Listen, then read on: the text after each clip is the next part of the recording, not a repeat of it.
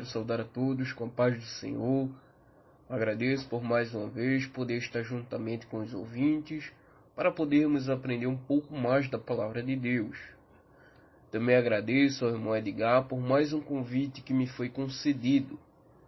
Dessa vez, estaremos tratando sobre o tema, abro aspas, o poder de Deus sobre os anciãos, fecho aspas, que toma por base o texto de Esdras, capítulo 5 e versículo 5, que diz: porém, os olhos de Deus estavam sobre os anciãos dos judeus, e não os impediram, até que o negócio chegasse a Dario e viesse resposta por carta sobre isso.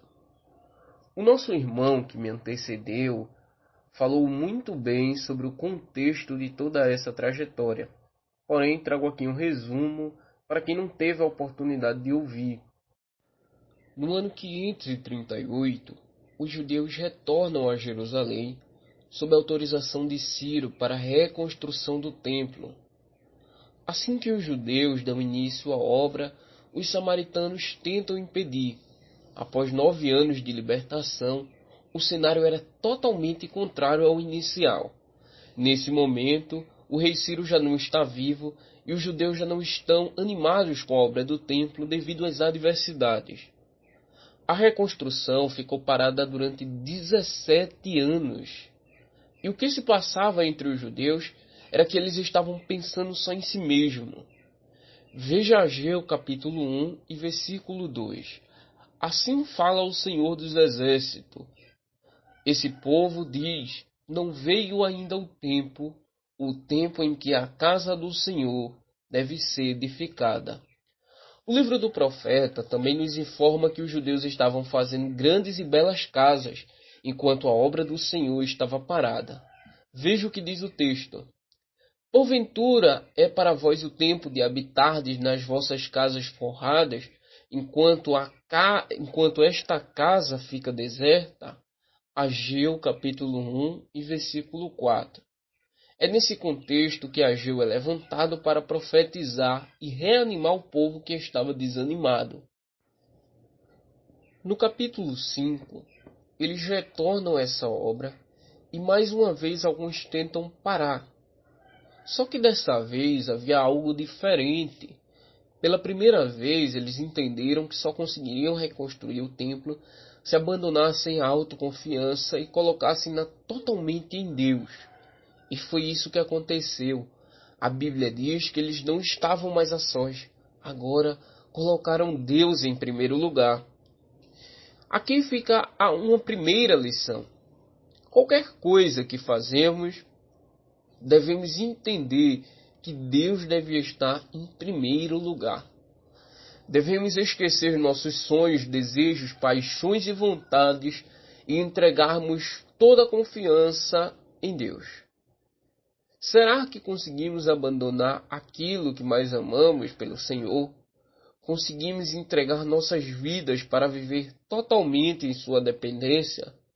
Soltemos a corda da dúvida, da desconfiança, da mágoa, da dor e nos lancemos nos braços da confiança de que ainda se tudo falhar, Ele não falhará. Veja o que diz o texto base novamente. Porém, os olhos de Deus estavam sobre os judeus e não os impediram até que o negócio chegasse a Dario e viesse resposta por carta sobre isso. Esdras, capítulo 5 e versículo 5. Os anciãos aqui referidos não eram todos os que estavam trabalhando, e sim os que estavam na frente da obra.